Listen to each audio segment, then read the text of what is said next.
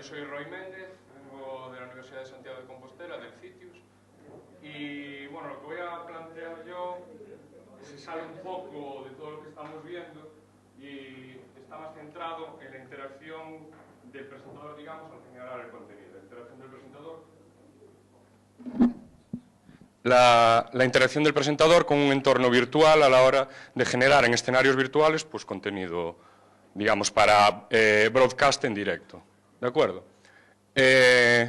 Bueno, el primer punto sería ¿qué es un estudio virtual? Un estudio virtual básicamente se diferencia del típico croma al que estamos acostumbrados a ver en el tiempo, por ejemplo, que es un plano 2D, en que lo que tenemos detrás o delante son modelos 3D.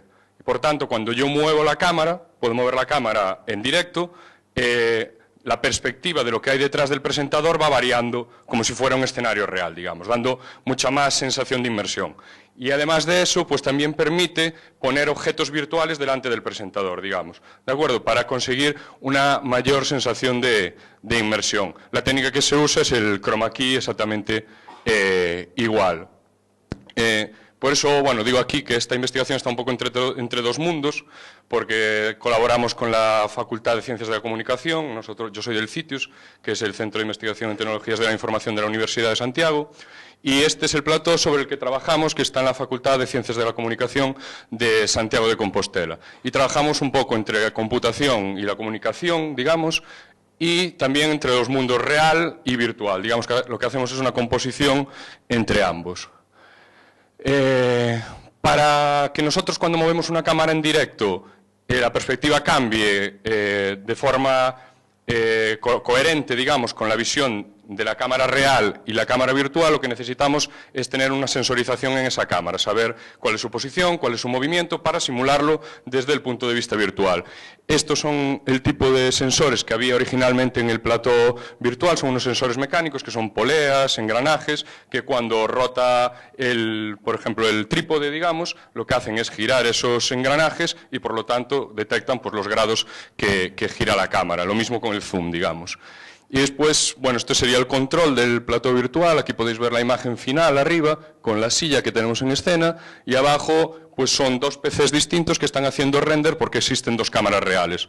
Entonces cada PC hace el render equivalente a cada una de las dos cámaras, digamos. Y lo que tenemos allí destacado son dos chroma keyers, que en este caso el chroma key, la eliminación del fondo verde, se hace por hardware, pero porque ya estaba así configurado el sistema, digamos. Se podría hacer por software perfectamente, sin ningún problema. Vale, ¿por qué escenarios virtuales? ¿Qué ventaja tiene sobre un escenario real? Para empezar, el coste. Poner a un modelador a hacer un escenario 3D con Maya o con 3D Studio es mucho más barato que tener un equipo entero que te tenga que construir un atrezo, diseñarlo, etcétera, etcétera. También a la hora de almacenar ese atrezo, a la hora de que un solo estudio, como el que vimos antes, que estaba vacío, puede ser infinitos estudios virtuales. Simplemente cambiando un archivo en las máquinas de render, pues tendrías un estudio completamente distinto. Y después las infinitas, pongo entre comillas, posibilidades creativas de no estar limitado en la parte virtual pues por las leyes de la física, por ejemplo, que pueda estar cosas volando, que el presentador no tenga por qué pisar un suelo firme, por ejemplo, este tipo de cosas. Que para los creativos y la gente de comunicación audiovisual con la que trabajamos, pues es un valor muy importante, digamos. Y después, algunos retos que tienen, todo esto nosotros pretendemos que funcione en directo, es decir, en tiempo real.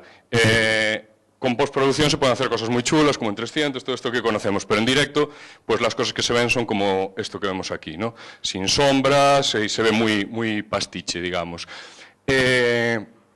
Para nosotros poder tener emisiones en directo, pues tenemos que tener un tracking de las cámaras en tiempo real y algoritmos también de render en tiempo real que muestren el escenario, digamos, pues a X frames por segundo, a 60 frames por segundo, por ejemplo.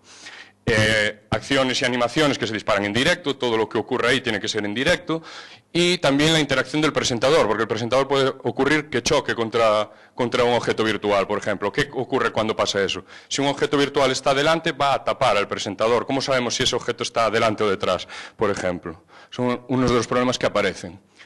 Problemas que vimos nosotros cuando empezamos esta investigación. Pues que la industria, como es lógico, es muy conservadora, no se puede permitir un fallo, mucho menos en una emisión en directo. Entonces siempre tiende, digamos, a sistemas muy caros, muy costosos, muy fiables, pero también muy limitados. Por ejemplo, pues, los mecánicos que veíamos antes, que la cámara tiene que estar fija en una posición, no se puede mover. Son muy precisos en las dos medidas que toman, pero no te puedes cargar, por ejemplo, la cámara al hombro. ¿De acuerdo? Y después que existe una casi nula interacción real del presentador con el entorno. Ellos lo que hacen es ensayas, tú te vas para aquí, hay un operario que le da un botón y sale lo que tenga que salir, ¿de acuerdo? Esto se ve mucho en las elecciones, cuando hay algo que aparece en el medio, siempre salen corriendo justo un momento y después es cuando surge, digamos, la animación. Nuestra propuesta es utilizar una combinación de sensores de bajo coste que trabajando en conjunto, digamos, puedan suplir incluso, si fuera posible, mejorar, digamos, las prestaciones de estos sensores monolíticos más caros y más grandes. Buscar diferentes tipos de interacción para el presentador, pues, si necesitamos para un determinado programa que interactúe con gestos pequeños con los dedos, puede interactuar de esa forma. Si necesitamos que haga gestos más grandes, que pueda interactuar también de esa forma. Y usar estos sistemas de tracking pues, para automatizar parte de los procesos, digamos, de un proceso de emisión en directo. Por ejemplo, si el presentador ahora está detrás de este objeto, pero pasa a la parte de delante, actualmente casi siempre hay un operario que le da, y este objeto ahora está detrás. ¿De acuerdo? Entonces sería utilizar ese operario para otra cosa más útil que no darle un botón de está delante o está detrás. Y para esto, como lo que queríamos era integrar bastantes sensores y probar y poder experimentar con ellos, lo que planteamos fue cambiar la arquitectura del sistema que había.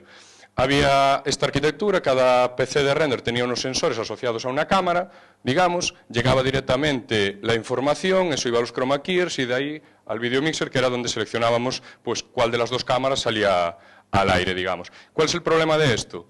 Que en el PC de render hay un software propietario, en este caso que es Brainstorm y Studio, que es de una empresa, una multinacional de Valencia, de aquí de España, que a pesar de ser bastante abierto, porque te permite escribir código en Python y hacer plugins y demás, resulta complicado añadir un nuevo sensor, digamos. Si nosotros queríamos añadir un nuevo sensor, teníamos que programar un plugin o trabajar con los drivers, hacer un montón de historias. Entonces, lo que nosotros planteamos es introducir un middleware entre los PCs de render y N sensores, que cada uno tendría su servidor.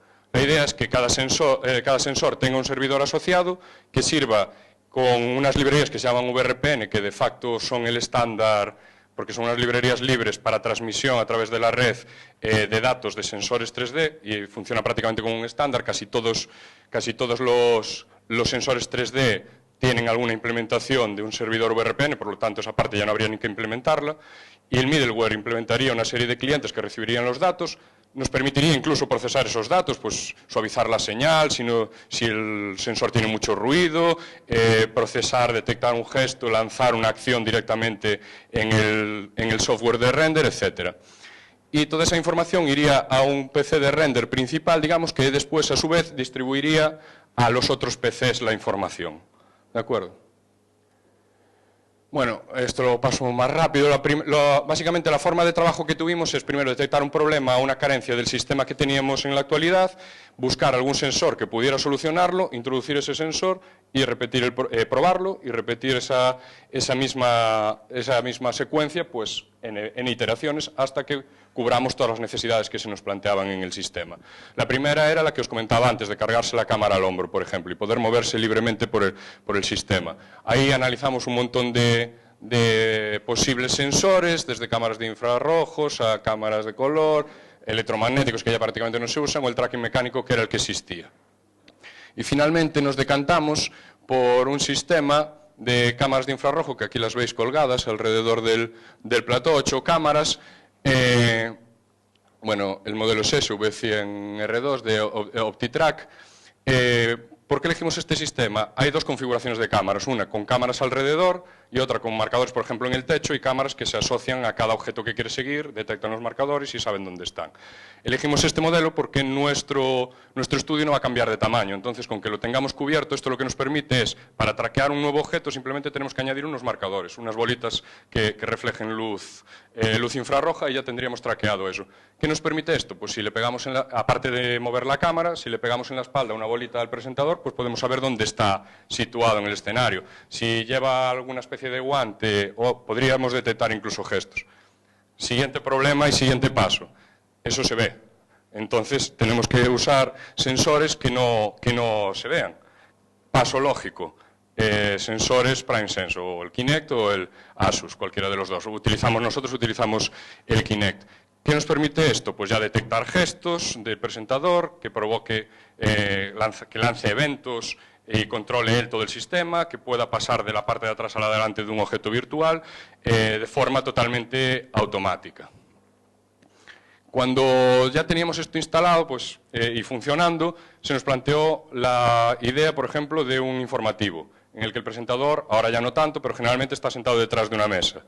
Y las interacciones con Kinect y con Asus pues deben de ser bastante grandes porque tienen mucho ruido. Entonces, si haces así, esto con el Kinect es imposible prácticamente detectarlo, ¿de acuerdo? Entonces, se nos planteó pues, utilizar algún tipo de sensor que nos permitiera hacer pues, interacciones más pequeñas, rollo, de estilo touchscreen, por ejemplo, pinch to zoom, swipe, más pequeño. Y ese sensor fue el Leap Motion, que lo que hace es un tracking de las manos. Tiene el inconveniente de que tiene un volumen de captura mucho más pequeño, porque solo son entre 3 centímetros y 70 centímetros encima, pero tiene muchísima precisión. Entonces esto nos permitiría pues, asociar incluso objetos a la mano del presentador, que pudiera tener una gráfica en la mano o cualquier tipo de modelo 3D y manipularlo en directo, digamos. Y ya no digamos, pues detectar gestos, que incluso trae alguna serie de gestos implementados que ni siquiera habría que implementarlos. Y una vez teníamos todo esto, pues salió la versión 2 del Kinect. Entonces fue directamente transparente, porque realmente la información es muy parecida. La única diferencia que hay es que hay seis joints más que en el Kinect a la hora de enviar esta información, digamos. Y otra ventaja que nos daba además es que ya incluye el propio SDK, ya incluye un software de detección de gestos a través de inteligencia artificial, lo que nos ahorraba un montón de trabajo. Esto estamos todavía en proceso de implementarlo porque utilizamos bueno, un servidor VRPN ya implementado, pero que no incluye ni los gestos ni incluye ninguna de las otras ventajas digamos, que tiene el Kinect V2. Simplemente envía los 26 joins. ¿De acuerdo? Bueno, entonces, resumidamente, esta sería la configuración final del sistema. Al estar todo distribuido en red, lo que nos permite es que, bueno, aquí tenemos 5 PCs, cada uno asociado a un sensor, pero podría estar todos los sensores en un PC, conectados por red perfectamente. ¿Qué nos permite esto? Por ejemplo, utilizar diferentes sistemas operativos. ¿Que un sensor es solo para Mac? Pues no hay ningún problema, es Mac, se conecta por red y ya al usar un estándar tampoco hay ningún tipo de problema. Aquí, de hecho, hay, bueno, son todos Windows, ¿no? Pero hay XPs, 8, 7, incluso hay un Vista. Entonces, sí, están funcionando todos sin ningún tipo de problema. Bueno, y se hicieron pruebas empíricas, que básicamente fue hacerlo, en plan, si quiero mover la cámara me la pongo al hombro y la muevo por el sistema. Si quiero detectar gestos, aunque sean simples, pues pruebo a ver si detectando un gesto, pues lanzo una acción. Y se grabó un piloto de una webserie que es un trabajo final de grado de unos alumnos que no me va a reproducir.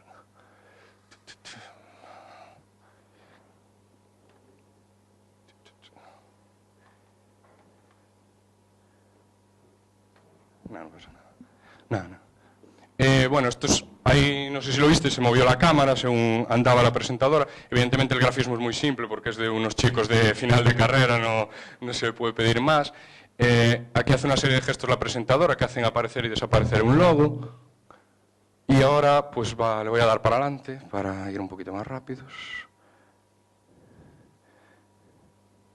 Ella está presentando un informativo, digamos, y tiene ahí un objeto virtual que manipula a través de las cámaras de infrarrojos. Tiene un objeto, tiene unos marcadores asociados a un objeto real, que es el que ella manipula, y lo puede mover, como veis, sin ningún tipo de problema, no tiene ruido y se mueve coherentemente, digamos, en el sistema. Y ahora un poquito más adelante, aquí tiene un Leap Motion, aquí encima de, que casi no se ve, encima del ordenador, y ahora hará un gesto que lo que hará es lanzar la siguiente noticia. ¿De acuerdo? Dice, pasamos a la siguiente noticia. Debería de ser ahora ya. Vemos, y lanza la siguiente noticia, digamos. Hacen el cambio de cámara, no sé por qué justo en ese momento, entonces queda un poco raro.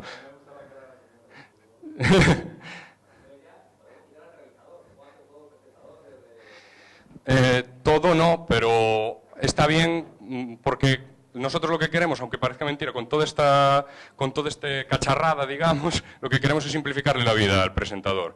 El presentador ahora mismo tiene que ensayar 1000 historias, cuando hago un gesto, cuando me muevo, realmente es otro el que le está dando, yo no sé lo que pasa.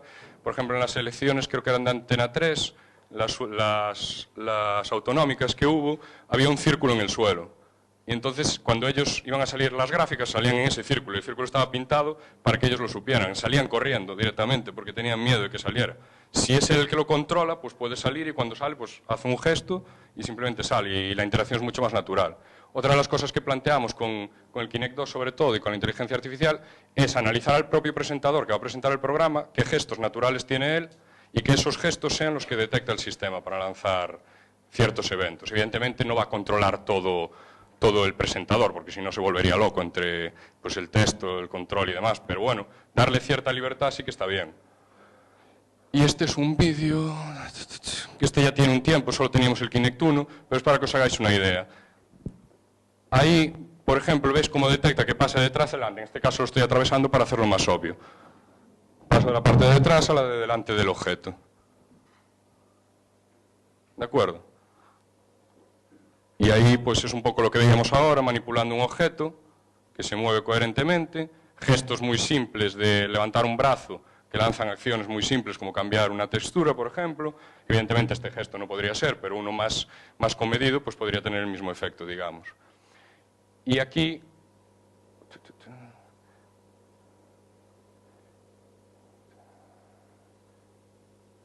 Bueno, cuando entra a escena, entra por detrás de la pantalla y cuando se va por delante sin que nadie toque nada. Eso sería la utilidad, digamos, de automatizar este sistema, no atravesar, evidentemente, objetos. O incluso, si le podemos meter física al objeto, que el objeto se caiga. Eso nos daría mucho más sensación de presencia del presentador, digamos, en escena. Esta es otra prueba que hicimos, que fue asociar a un joint un objeto. Como veis, el Kinect 1 tiene muchísimo ruido, entonces realmente sería prácticamente inusable. Y este es el movimiento de cámara, pues con cámara al hombro, digamos. ¿De acuerdo? Claro, la está moviendo a pulso, entonces se está moviendo continuamente. Pero bueno, es para probar que funcionaba, digamos, el sistema. Y ya acabo, yo no sé por qué esto da. Vale, como conclusiones, pues que se ha diseñado y se ha implementado una arquitectura hardware y software escalable. Se han añadido estos 4 sensores que hemos comentado. El funcionamiento del conjunto de sensores se ha probado con estas pruebas que veíamos ahora y se ha utilizado el sistema pues, en un capítulo que en este caso era de los chavales del trabajo final de grado. Pruebas avanzadas o trabajo futuro, pues hacer más pruebas con otro tipo de programas, otro tipo de formatos más serios, digamos. Ya hicimos una prueba de concepto con los chavales y hacer algo más serio, un telediario, un recomendador web, que en ese ya estamos trabajando, etcétera, etcétera. Modificar el middleware es otro punto que queremos. Nosotros ahora tenemos que implementar un módulo en el middleware, digamos, para añadirle la funcionalidad de recibir de un nuevo sensor. Lo que queremos es, como es un estándar, pues que mediante un XML tú puedas añadir un sensor y no tengas ya que programar nada y a lo mejor en 15 minutos puedas añadir un sensor nuevo al sistema de forma totalmente transparente y sin programar absolutamente nada. Realizar un estudio de interacción del presentador con el entorno, que era lo que decíamos antes, analizar los gestos del presentador y aplicarlos, por ejemplo. O si es mejor al revés, decirle, haz este gesto y ensáyalo y apréndelo. Incorporar sombras, porque es una de las cosas que más trae por la calle la amargura en esto del tiempo real en emisiones, en platos virtuales, digamos. Empezar por sombras simples y después pues, hacer unas sombras ya más complejas. Y pues si siguen apareciendo nuevos sensores, como están apareciendo en el mercado, y no son útiles, pues seguirlos incorporando y probarlos en el sistema. Y eso sería todo, no sé cómo voy de tiempo.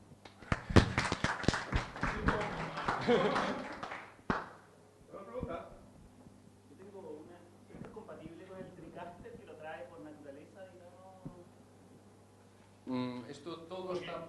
El TriCaster trae 300 estudios 3D, digamos. Sí, el render se hace con Brainstorm, que es un programa propietario. Brainstorm sí que permite importar objetos 3D desde 3D Studio Max, desde Maya, en OBJ, en un montón de formatos. Entonces, si tú tienes un estudio virtual ya hecho y lo puedes convertir a uno de estos formatos que son más estándar, no habría ningún problema para incorporarlo.